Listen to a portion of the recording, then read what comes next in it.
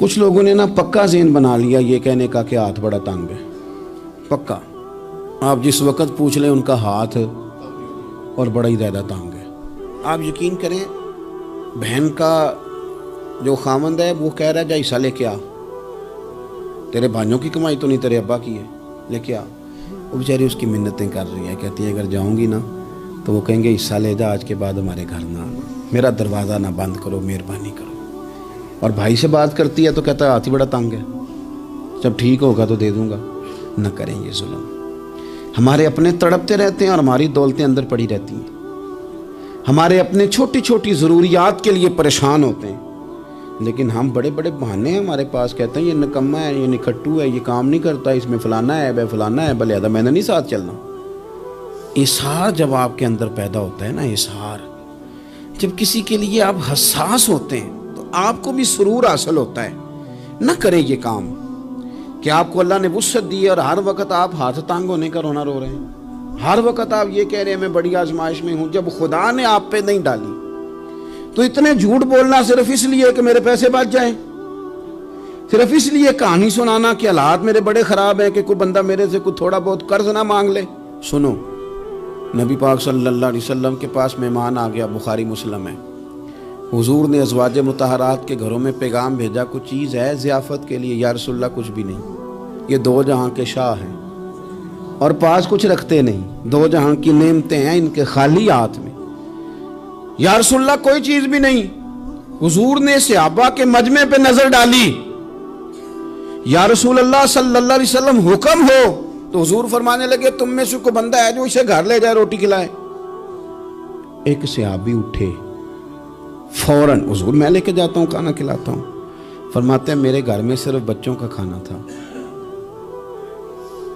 یہ نہیں کہ فریزر بھرا ہوا ہے نعمتوں سے, صرف بچوں کا کھانا. یہ نہیں کہ کسی کو دیکھ کے اپنی ہنڈیا پہ برتن دے لیا, صرف بچوں کا کھانا. کہتے ہیں گھر گیا, بیوی سے کہا کیا کیفیت ہے؟ کہنے لگی بچوں کی روٹی ہے. میں نے کہا بچے سلا دے, صبح ناشتہ کر لیں گے. تو کہنے لگی آپ کیا کھائیں گے؟ تو میں نے کہا نہ میں کھاؤں گا نہ تو کھائے گی, مہمان جو نبی پاک کا ہے. کہا اچھا اب ذرا تجویز دیکھو میاں بیوی کی سوجھی آپس میں. کہتے ہیں کھانا لگا دینا کیونکہ ایک آدھ بندے کا کھانا ہے. اپنی غربتوں کا ہر جگہ اظہار کرنا, رونا. یہ دیکھو غربت کیسے چھپائی جا رہی. اس کو کہا نہیں کہ چل تو تھوڑا رحم کھا, تو آیا ہے تو تھوڑا رحم کھا, یہ نہیں کہا. کہا اٹھ کے نا تو کھانا رکھنا اور اٹھ کے نا چراغ ٹھیک کرنے کے بہانے بجھا دینا. ہم دنیا والوں کے سامنے کیوں اپنے دکھ بیان کریں؟ ہم جو کہیں گے رب رسول کی بارگاہ میں کہیں گے. تو نا چراغ ٹھیک کرنے کے بہانے. اہلیہ اٹھی, کھانا دینے کے بعد چراغ ٹھیک کرنے کے بہانے بجھا دیا. خامد بھی ہاتھ چلاتے رہے, بیوی کبھی برتن رکھتی کبھی اٹھاتی, پتہ چلے کہ کھانا کھا رہے ہیں, کھانا کھایا جا رہا ہے. کہتے ہیں مہمان پیٹ بھر کے کھانا کھا گیا. یہ کام ہوا رات کے اندھیرے میں, اس وقت ہوا جب چراغ بھی بند تھا, اس وقت ہوا جب کوئی دیکھنے والا نہیں تھا, کسی پڑوسی کو بھی خبر نہیں تھی. فرماتے ہیں صبح کے اجالے میں اس مہمان کو لے کے مسجد نبوی میں نے قدم رکھا تو نبی کریم نے فرمایا رات جو تم نے کام کیا ہے نا اسے دیکھ کے میرا رب بڑا مسکرایا ہے, اللہ بڑا مسکرایا ہے. اللہ تر دامنی پہ شیخ ہماری نہ جائیے, ہم دامن نہ چھوڑ دیں تو فرشتے وضو کریں. یہ شان ہے صحابہ کی. نبی کریم علیہ السلام نے فرمایا رب رات مسکرایا تیرا یہ انداز دیکھ کے, اور اس نے قرآن نازل کیا وَيُبْصِرُونَ عَلَىٰ أَنفُسِهِمْ وَلَوْ كَانَ بِهِمْ خَصَاصَةٌ. کچھ لوگ وہ ہیں جنہیں بڑی بھی ضرورت ہو تو دوسروں پر اثار کر دیتے ہیں, قربانی دے دیتے ہیں. رب مسکرایا ہے, اندر پیسے رکھے ہوئے ہیں, اندر پیسے رکھے ہوئے ہیں.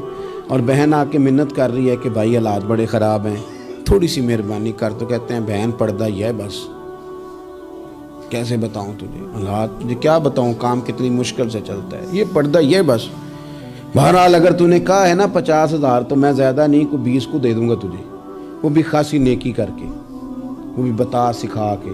رات اماں پہ علیحدہ سے احسان چڑھاؤں گا, ابا پہ علیحدہ سے چڑھاؤں گا کہ تمہاری بیٹی کے ساتھ تعاون کرنا, سارے علاقے کو ویسے ہی بتاؤں گا. اور وہ غریبنی بیچاری 20,000 لے کے گھر گئی ہے, پہ سفارشیں کر رہی ہے کہ مہربانی کرو. میں نے ایسے بھی دیکھے ہیں جو پہلے بیوی کو پکڑاتے ہیں, تو دے